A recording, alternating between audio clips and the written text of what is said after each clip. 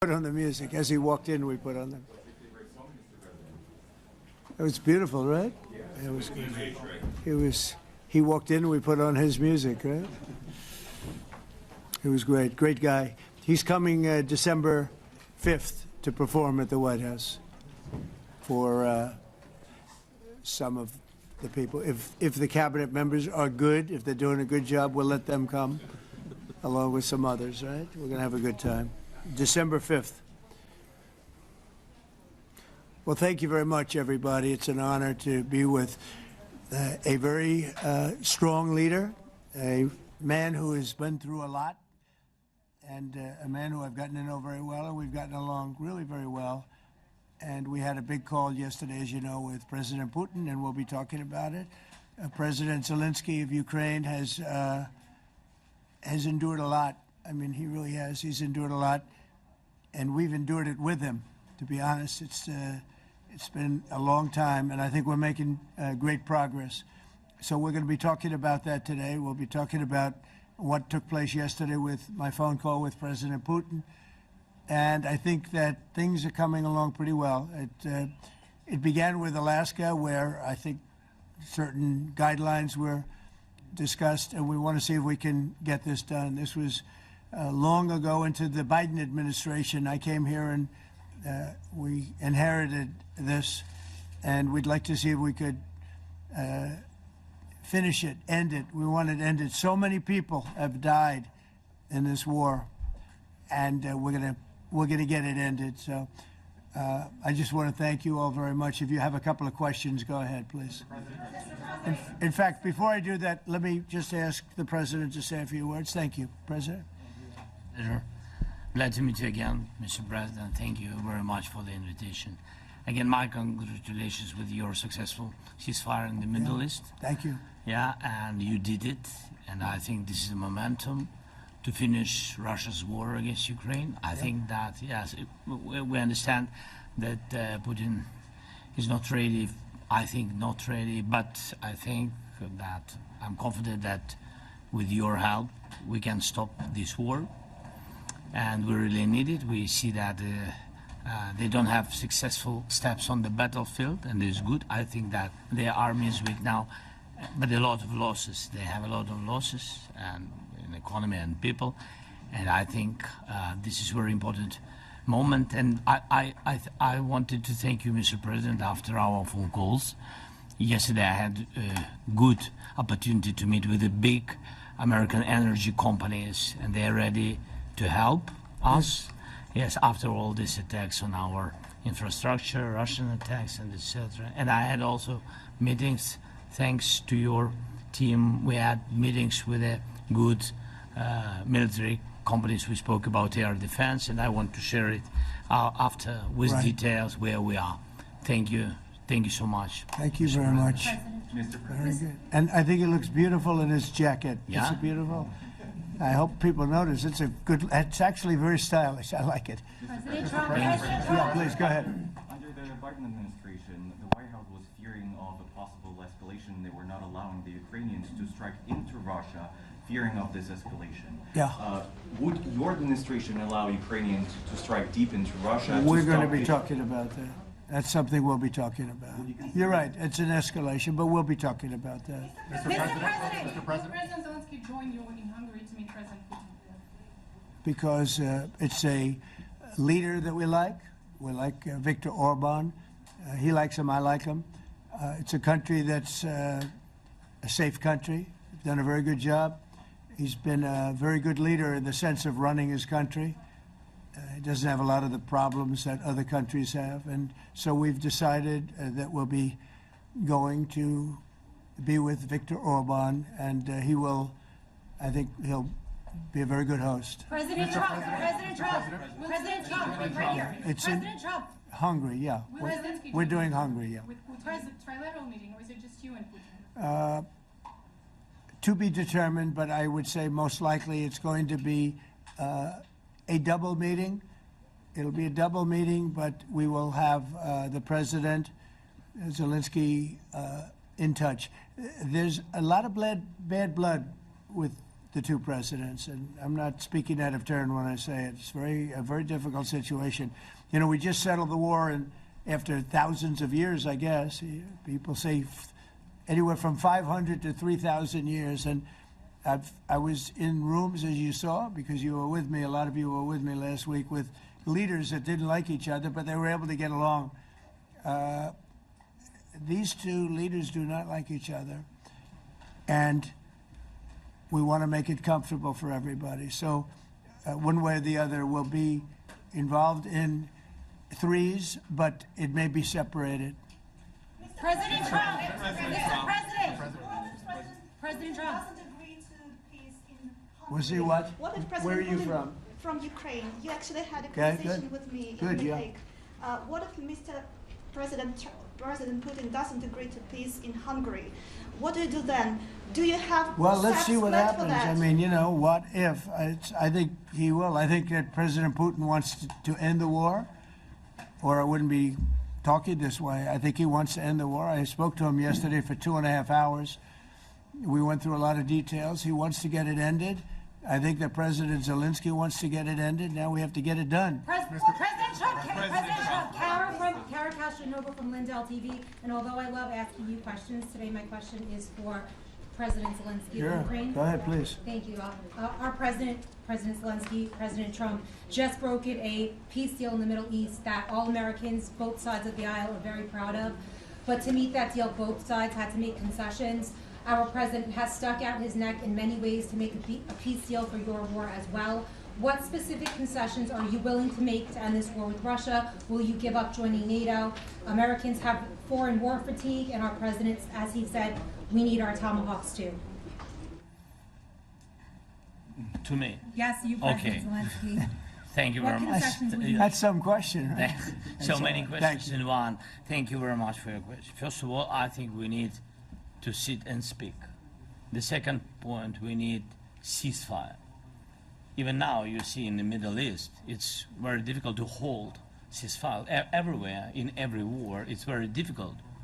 We want peace. Putin doesn't want. That's why we need pressure on him. We will speak with President today what we need. We understand what we need to push Putin to negotiation table. And as I said previously, so we are ready to speak in any kind of format, bilateral, trilateral, doesn't matter. Matter just peace. This is important. And we don't speak about NATO or NATO. For Ukrainians, it's very important. Of course, it's our decisions of allies to decide where we are. But are you willing to give up Yes, but joining the NATO? most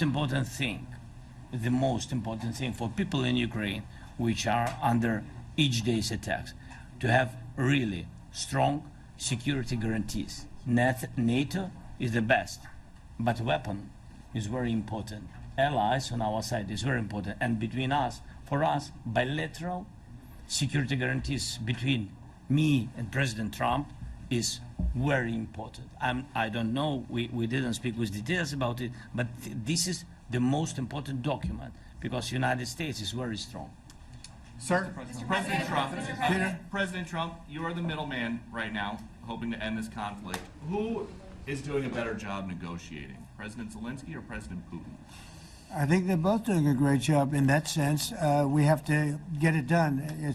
We've got to take some of the hatred of each other. You know, they don't like each other. I say that in front of President Zelensky, but I say it in front of President Putin too. They have tremendous bad blood. It's really is what is holding up, I think, a settlement. I think we're going to get it done, and we have to make it long-lasting. As I said in the Middle East, everlasting, right? Everlasting. And the Middle East is a much more complicated situation. You know, we had 59 countries involved, and every one of them agreed. And it's, you know, it's sort of amazing. Most people didn't think that was doable. This is going to be something I really believe that's going to get done. I had a very good talk yesterday with President Putin. I think he wants to get it done. And President Peter? Zelensky, right behind you. When we were in Israel with President Trump earlier in the week, we heard a lot about the difference in diplomacy between President Trump and President Joe Biden before him. What do you see as the biggest difference in diplomacy between President Trump and President Biden? President Trump has a big chance now to finish this war.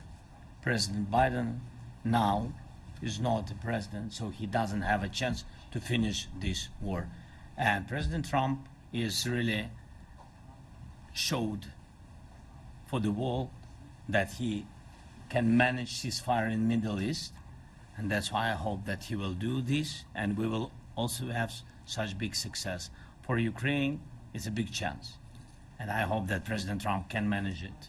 I would say the biggest difference is one is extremely competent and the other one is grossly incompetent. Mr. President.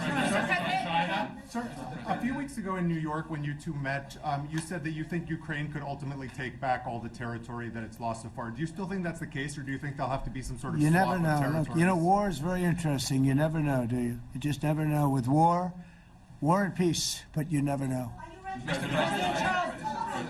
Please. Russia calls Tomahawk supply to Ukraine as an escalation, yet it continues using similar cruise missiles like Caliber and Yeah. even Who are you nuclear- with? Who are you with? Ukraine. Ukraine? Yeah. But Russia continue even using the cruise missiles and also nuclear-capable ballistic missiles in Ukraine since 2022. So do you consider providing Ukraine with the Tomahawk or similar missiles as an opportunity to equalize the possibilities of Ukraine and Russia and push Moscow to the negotiation Yeah. table? Sure. We're going to be talking about that. That's why we're here. Okay? Fair question. Exactly as he told you to say it, but we're going to be talking about it. Okay? Yeah, please. What is your message to India and Hungary, who is still refusing? You said India and Hungary? Hungary. That's India an interesting. and Hungary India and refusing Hungary. to It's stop an interesting buying, combination. refuse to stop buying Russian oil. Well, India is not going to be buying Russian oil anymore.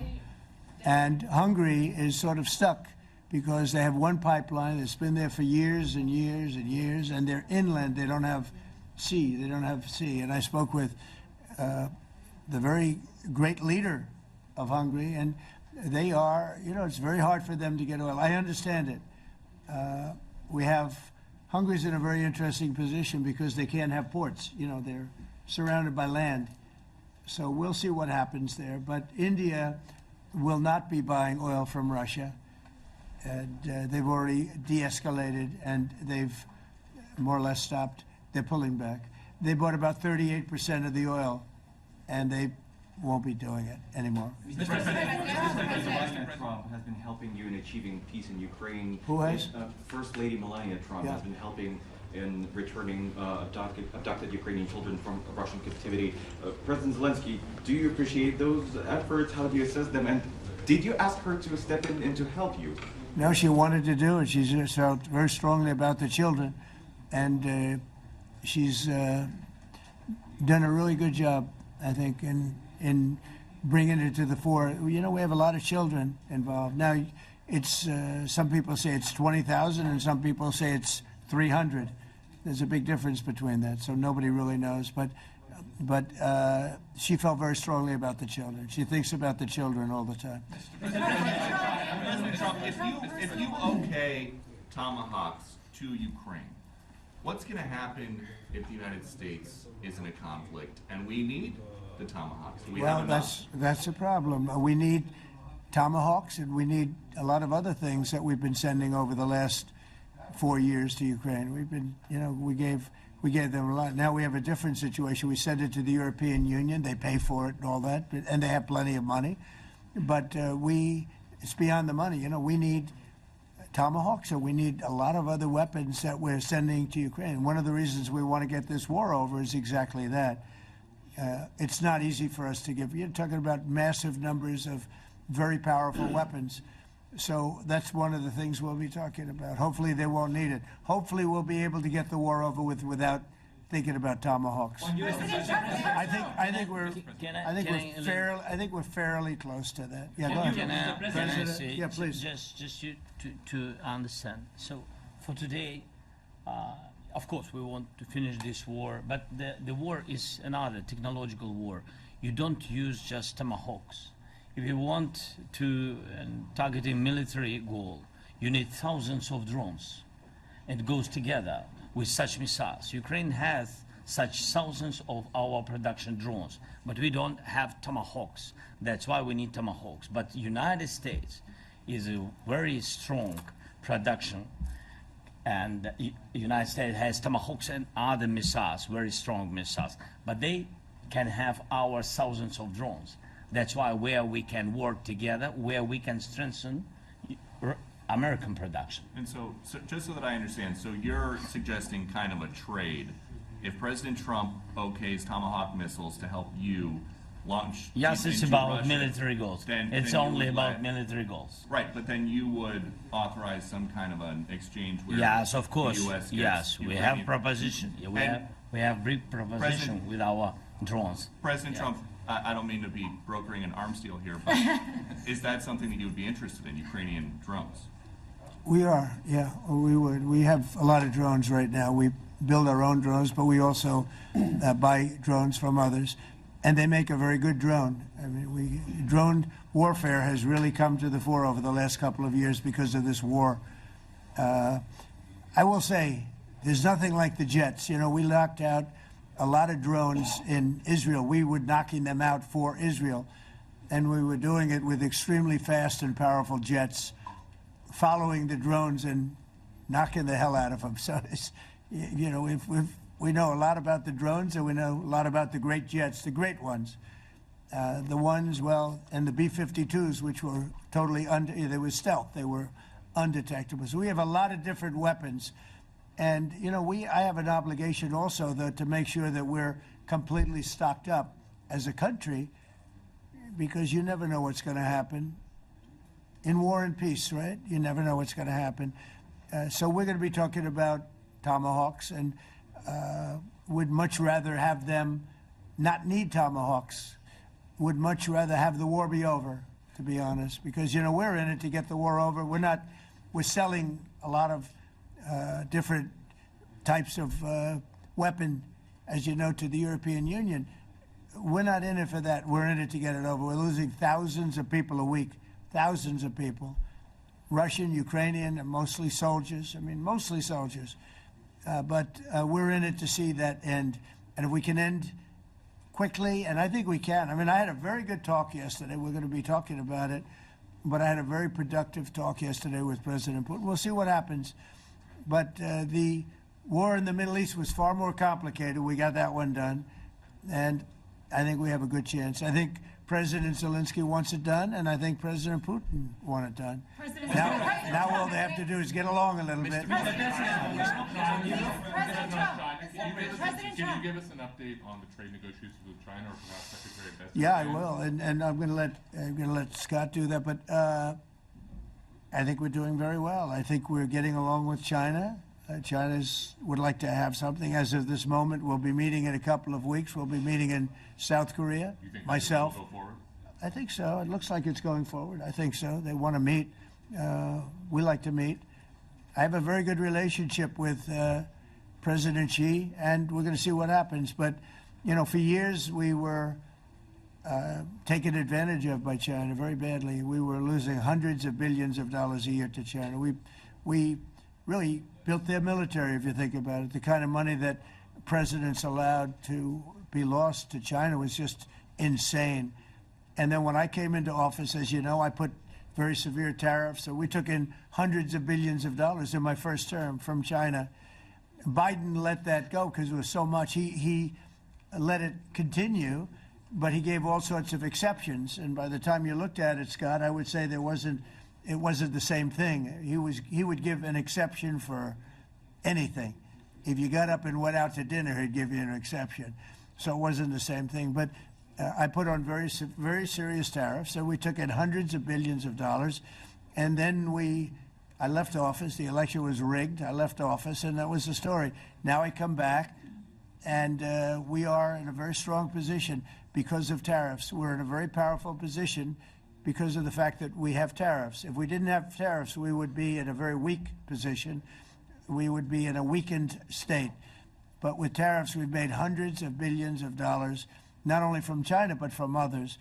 and China wants to talk, and we like talking to China. So we have a very good relationship, and we're going to be meeting in South Korea a couple of weeks. And I just got back from a long trip. I'm going on another long trip. And Scott, you want to say a few words on that, please? Yes, sir. So the entire relationship stems from the great respect that the two leaders have for each other. China did a substantial, unprovoked escalation last week. We were unable to get in touch with them since then. It's been IMF World Bank Week. They have had working level people here. They're in meetings. The Vice Premier, who is my counterpart, and I will be speaking this evening at around 8:30, 9 o'clock. And then he and I and a delegation will meet in Malaysia probably a week from tomorrow to prepare for the two presidents to meet. So I think that things have de-escalated. We hope that China will show the respect that we have shown them. And I am confident that President Trump, because of his relationship with President Xi, will be able to get things back on a good course. Is the hope for that meeting with you and President Xi some kind of trade deal then, or Could be. Look, I think we're in a very strong position. I think we're in a very strong position. We're getting, as you know, as of November 1st, I could move it up if I wanted, a 100% tariff over and above what we get now. So that would make it about 157%. And China doesn't want that, and they want to talk, and we're talking. And I think we'll make a deal that will be good for both. I think we will do something. But you have to understand, we never got anything from China. It was a one-way street. For many years, for decades, it was a one-way street. And they became rich because of the United States. And frankly, presidents that, let's be nice, they didn't know. They just didn't know. They didn't understand what was happening to them. But I understood it. I understood it long before I ran for politics. I used to watch in amazement at how stupid our country was, how stupid they were. And we're not stupid anymore. And that includes with the European Union, that includes with Japan and South Korea. All we want to do is be treated fairly. But the fairly is hundreds of billions and even trillions of dollars coming into the United States. And it's our national security is secure because of tariffs. If we didn't have tariffs, we would have no national security. So it's very important. Will you seek China's help in ending the war in Ukraine? Do you need them to put pressure on Russia? I'll be discussing that, but I'd love to see it ended before that. I mean, I think we have a chance of ending the war quickly if flexibility is shown on behalf. And again, we're not losing people. The United States is not. We're not losing people. We're not spending money. We're getting paid for the, ammunition and missiles and everything else that we're sending to the European Union, but to NATO. But it's very similar. If you look at the countries, I mean, it's very similar. And we just made a very fair trade deal with the European Union, and what we wanted, and we made a very good deal with NATO too. They pay for all of this. That's not what we're in this for. We're in it to save thousands of lives every week. Thousands and thousands of lives. That's why we're in it. And I think we have a very good chance of bringing this war to a conclusion. Vice President, and your cabinet has done honestly an excellent job. I think that a lot of people could agree to that. Thank you. I'm speaking as someone who lost my father in a war, so I know the human cost. What would your advice be to American leaders, to world leaders, to neocons, to TV hosts who often speak about conflict in abstract or strategic terms rather than the human cost and the human terms? Look, my only statement is we have to get together. It's a very small group of people. It's the president, and the president. Okay, 3 presidents. And I'm the mediator president. And I'm mediating not an easy situation. It should be easy, but it's a lot easier when people understand each other, when they get together, and when they like each other. We don't necessarily have that situation as far as like is concerned. Maybe it can turn around. Maybe it can. But in the meantime, we'll have them keep a little bit of distance, and we're going to see if we can get it done. This is number 9, okay? This will be number 9 for me. I've solved 8, including the Middle East. I've solved 8. This, I thought, would have been among the easiest we solved. President Putin mentioned yesterday Armenia, you know, all of the different wars. He said it was amazing because but the big one that he was surprised that we were able to settle was the Middle East. He thought it was incredible. He was very generous in that sense. This should be something we're able to settle, and I think we will be able to settle. Yeah, Brian. On that note, you will go down as the peacemaker, no doubt, and you will resolve this war. Well, you know, we resolved 8 others. It's funny how people say that. If you get this one, every time I do one, they forget about that one. I solved 8 wars. Go to Rwanda and the Congo, talk about India and Pakistan, look at Thailand, look at all of the wars that we solved. And every time I solve one, they say, if you solve the next one, you're going to get the Nobel Prize. I didn't get a Nobel Prize. Somebody got it who's a very nice woman, very nice. I don't know who she is, but she was very generous. So I don't care about all that stuff. I just care about saving lives. But this will be number 9. But every time I solve one, they said, sir, if you solve one more, you're going to be known as a peacekeeper. So to the best of my knowledge, we've never had a president that solved one war. Not one war. Bush started a war. A lot of them start wars, but they don't solve the wars. They don't settle them. And especially when they have nothing to do with us. I guess just about all of these wars had nothing to do with us. But I saved tens of millions of lives. The Prime Minister of Pakistan said, I saved millions of lives in interceding on Pakistan. And you look at Pakistan and India as an example. That would have been a bad one, 2 nuclear nations, right? So I say this, this is pretty much the last one, although I do understand that Pakistan attacked, or there is an attack going on with Afghanistan. That's an easy one for me to solve if I have to solve it. In the meantime, I have to run the USA, but I love solving wars. You know why? I like stopping people from being killed, and I've saved millions and millions of lives, and I think we're going to have success with this war. Wait, please. This, President Zelensky, this is your 3rd time over here. Oh. And by the way, you look excellent. Thank you, sir. Thank you. For you, by the way. This is your 3rd time here. How different sitting across from the president is this time versus the 2 previous times here at the White House, and how confident are you hearing the success rate of solving these prior wars that he can get this war solved? First of all, about suit. The same suit because the same president. It's very simple. The next president will have another suit. Yes, about our relations with President Trump, I think we have important dialogues, and I think we begin to understand each other. Yes, and I know that President is briefed very well about situation in the battlefield, and he knows a lot what's going on the battlefield in Ukraine, and I think it really helps when you know a lot of things, a lot of details about one or another war. It helps a lot, but we are still in war, and I hope we can manage. You have been clear that there are some countries that are not meeting their commitment. You pointed out Spain. They said that it's impossible. No, Spain has not come through. No, Spain has not been loyal to NATO. Spain has been, they're the only one. Everyone went up to, as you know, I mean, you were at 2% and they all went up to 5%, but Spain disagreed with that. I think Spain should be reprimanded for that. I think it's very bad that they did that, but that's up to them. That's up to NATO and Spain. From your options, they cannot be expelled from NATO. Can they or not? They cannot, according to the treaty, but they also claim that they are protected by the European Union umbrella for trade. Well, the other people, many of the other countries are in the European Union too. They're not complaining, right? President, tell you that Putin is serious. That's of interest. Mr. President. They're protected by Yeah, please, go ahead. Thank you, Mr. President. Do you think you can carry the momentum from the Middle East deal over to this deal? And if so, how does that move the needle? Yeah, I do. I think we carry a lot of momentum, a lot of credibility. Getting Middle East done was very important. Nobody thought it could be done. That was one nobody thought could be done, and we got it done.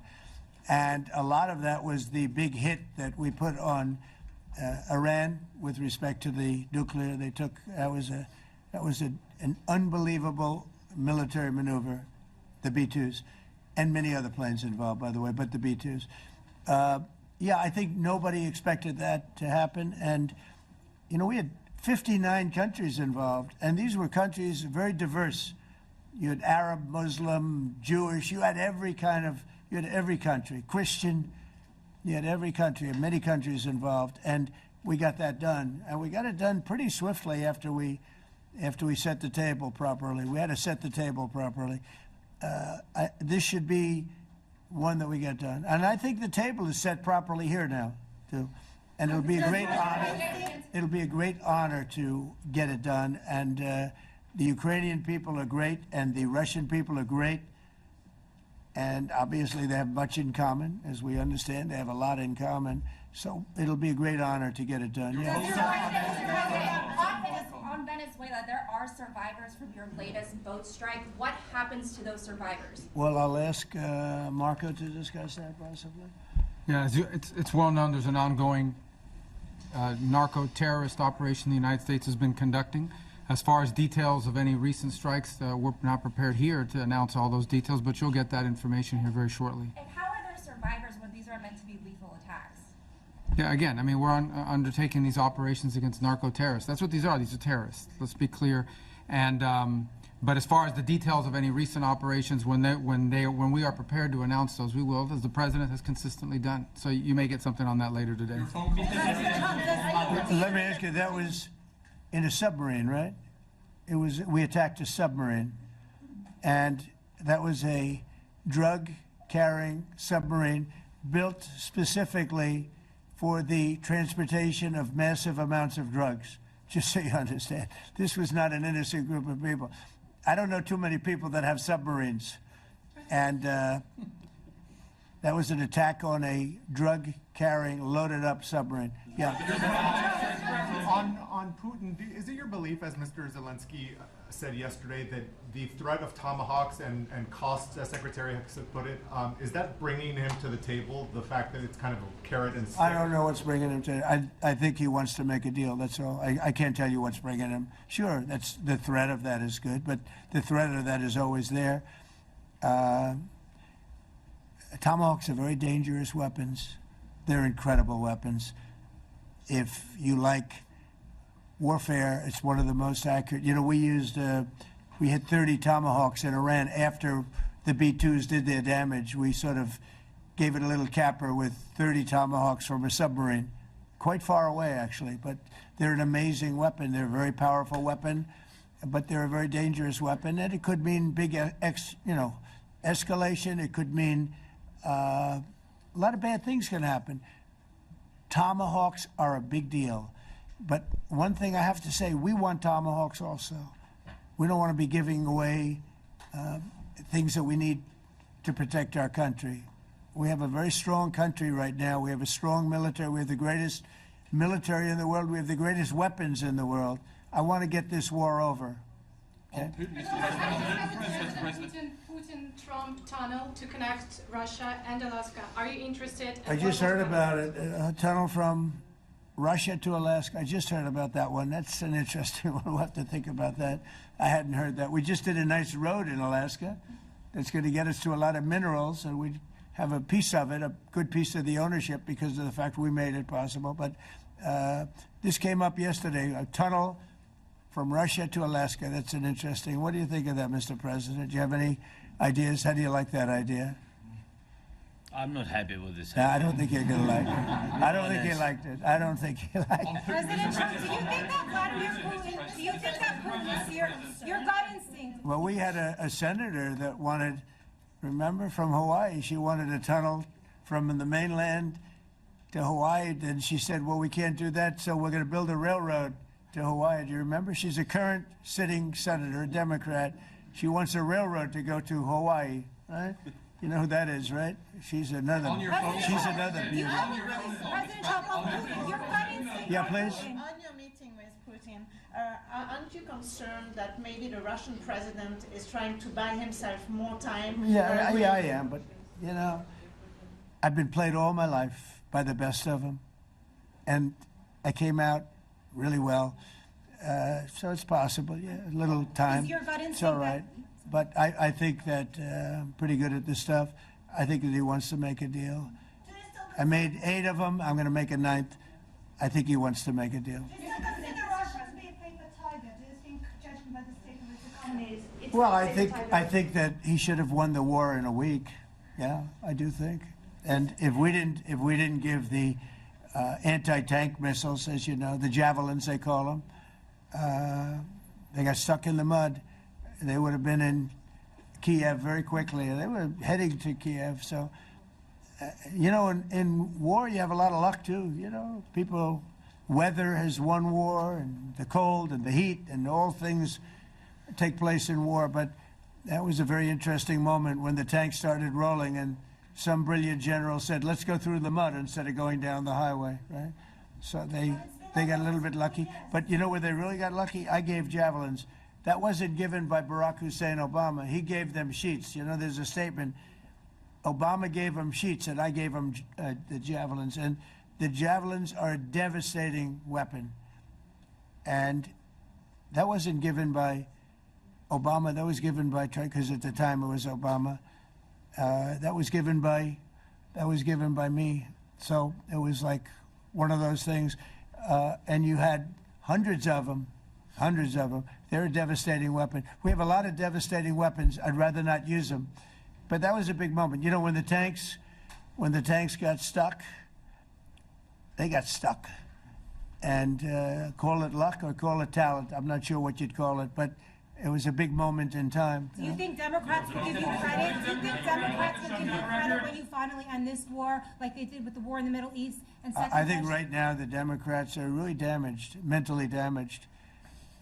They want to take 1.5 trillion with a T, $1 trillion and give it to people that invaded our country. They came into our country illegally from prisons, from mental institutions, gang members. They want to give them health care and take it away from our citizens. We're not going to do that. $1.5 trillion. They want to destroy. They want to destroy our health care system. We're not going to let that happen. You authorized present CIA operations in Venezuela as part of. Well, I wouldn't say that, but some interesting things are happening around the world. I'll say that. Mr. President, it has been reported that Maduro offered everything in his country, all the natural resources. He even recorded a message to you in English recently, offering mediation. What could he do in order to stop that? He has offered everything. He's offered everything. You're right. You know why? Because he doesn't want to fuck around with the United States. Thank you, everybody. Thank you, everybody. Thank you, guys. Thanks, guys. Let's go. Start moving. Thank you, guys. Let's go. Thank you, guys. Thanks, guys. Thank you, press. Thank you, press. Thanks, President Trump. Thank you, press. Kevin. You guys. Good job. Thank you, guys. President, what